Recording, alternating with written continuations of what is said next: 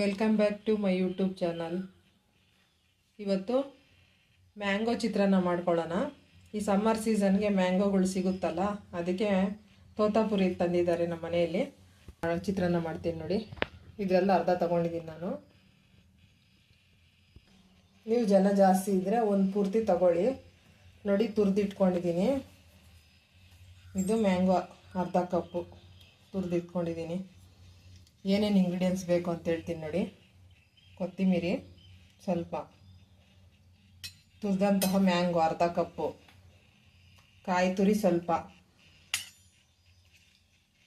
ಈರುಳ್ಳಿ 3 ತಗೊಂಡಿದ್ದೀನಿ ನಾನು, ಚಿಕ್ಕ ಸೈಜವು, ಕರಿಬೇವು, ಒಂದು 5-6 ಹಸಿಮೆಣಸಿನ್ಕಾಯಿ ತಗೊಂಡಿದ್ದೀನಿ, ಮತ್ತು ಕಡಲೆಬೇಳೆ, ಉದ್ದಿನಬೇಳೆ, ಕಡಲೆ ಬೀಜ 3 ತಗೊಂಡಿದ್ದೀನಿ ಒಗ್ಗರಣೆಗೆ. ಅರಿಶಿನ, ಸಾಸಿವೆ, ಎಣ್ಣೆ ಒಗ್ಗರಣೆಗೆ. ಮತ್ತು ನೋಡಿ, ಇದೇ ಇಂಪಾರ್ಟೆಂಟ್ ಇದಕ್ಕೆ. ಇವು 3 ಹುರ್ಕೋಬೇಕು. ಮೆಂತೆ, ಜೀರಿಗೆ, ಸಾಸಿವೆನ ಹುರ್ಕೋಬೇಕು. ಹುರ್ಕೊಂಡು ಪುಡಿ ಮಾಡಿ ಅದರೊಳಗೆ ಹಾಕ್ಬೇಕು ಗೊಜ್ಜಿಗೆ. ಇವಾಗ ಯಾವ ಥರ ಮಾಡೋದು ಅಂತ ತೋರಿಸ್ತೀನಿ ಬನ್ನಿ.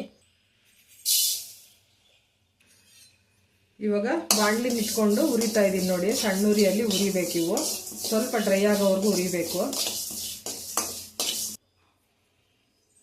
ಸ್ವಲ್ಪ ಕಲರ್ ಚೇಂಜ್ ಆಗೋವರೆಗೂ ಹುರ್ಕೊಂಡು ಪುಡಿ ಮಾಡಿ ಇಟ್ಕೊಳ್ಳಿ.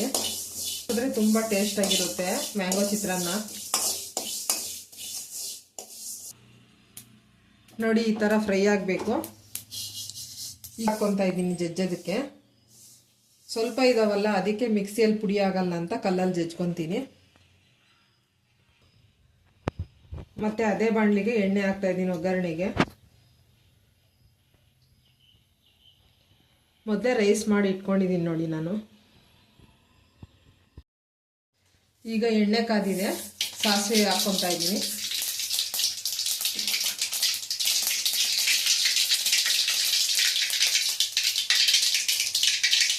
ಇದ್ಮೇಲೆ ಈ 3 ಸೇರಿಸ್ಕೊತಾ ಇದ್ದೀನಿ. ಕಡಲೆ ಬೀಜ, ಕಡಲೆಬೇಳೆ ಮತ್ತು ಉದ್ದಿನಬೇಳೆ.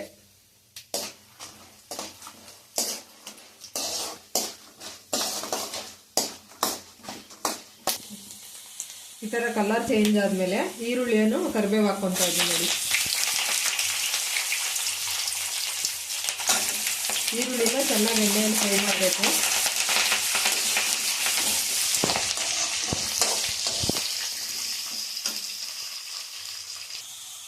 ಸ್ವಲ್ಪ ಸಾಲ್ಟ್ ಸೇರಿಸ್ಕೊತಾ ಇದ್ದೀನಿ, ಈರುಳ್ಳಿ ಬೇಗ ಫ್ರೈ ಆಗುತ್ತೆ ಅಂತ.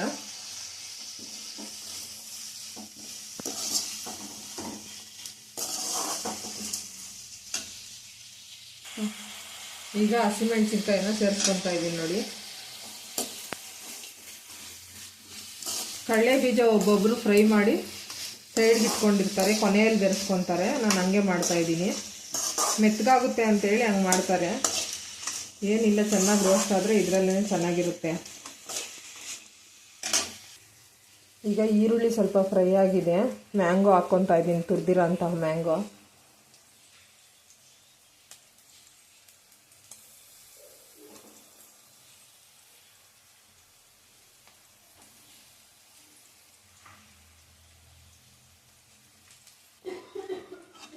ಈಗ ಮ್ಯಾಂಗೋ ಹಾಕಿ ಫ್ರೈ ಮಾಡಿದ್ದೀನಿ.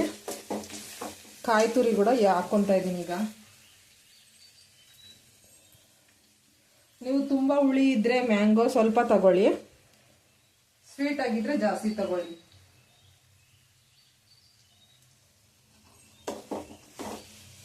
ಒಂದೆರಡು ನಿಮಿಷ ಚೆನ್ನಾಗಿ ಫ್ರೈ ಆಗಬೇಕಿದು.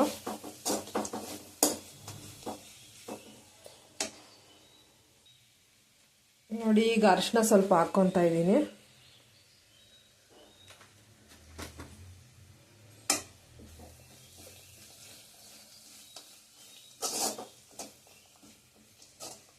ಒಂದೆರಡು ನಿಮಿಷ ಬೇಯಿಸ್ಕೊಳ್ಳಿ ಚೆನ್ನಾಗಿ.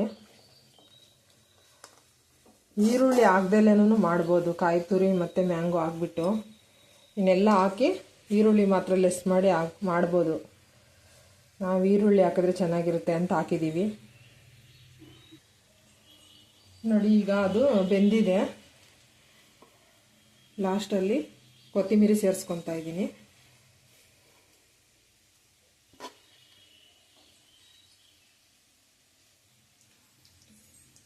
ಕೊತ್ತಂಬರಿ ಸೇರಿಸಿದ್ಮೇಲೆ ಚೆನ್ನಾಗಿ ಕಲಿಸ್ಕೊಡಿ.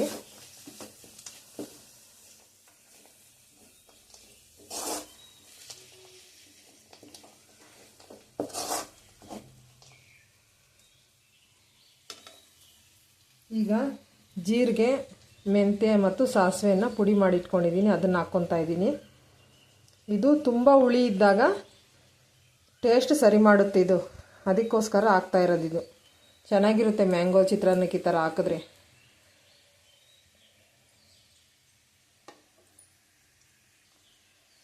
ಈ ಪೌಡ್ರ್ ಹಾಕೋದ್ರಿಂದ ಎರಡೂ ಟೇಸ್ಟು ಈಕ್ವಲ್ ಇರ್ತವೆ. ತುಂಬ ಹುಳಿ ಇದ್ರೂ ಮತ್ತು ಸ್ವೀಟ್ ಇದ್ರೂ ಸರಿ ಹೋಗುತ್ತೆ. ಈಗ ಮ್ಯಾಂಗೋ ಪಿಕಲ್ ಅದೆಲ್ಲ ಹಾಕೋವಾಗ ಎಲ್ಲ ಹಾಕ್ತಾರೆ, ಈ ಪುಡಿ ಮಾಡಿ ಹಾಕ್ತಾರೆ ನೋಡಿ, ಉಪ್ಪಿನಕಾಯಿ ಹಾಕೋವಾಗ.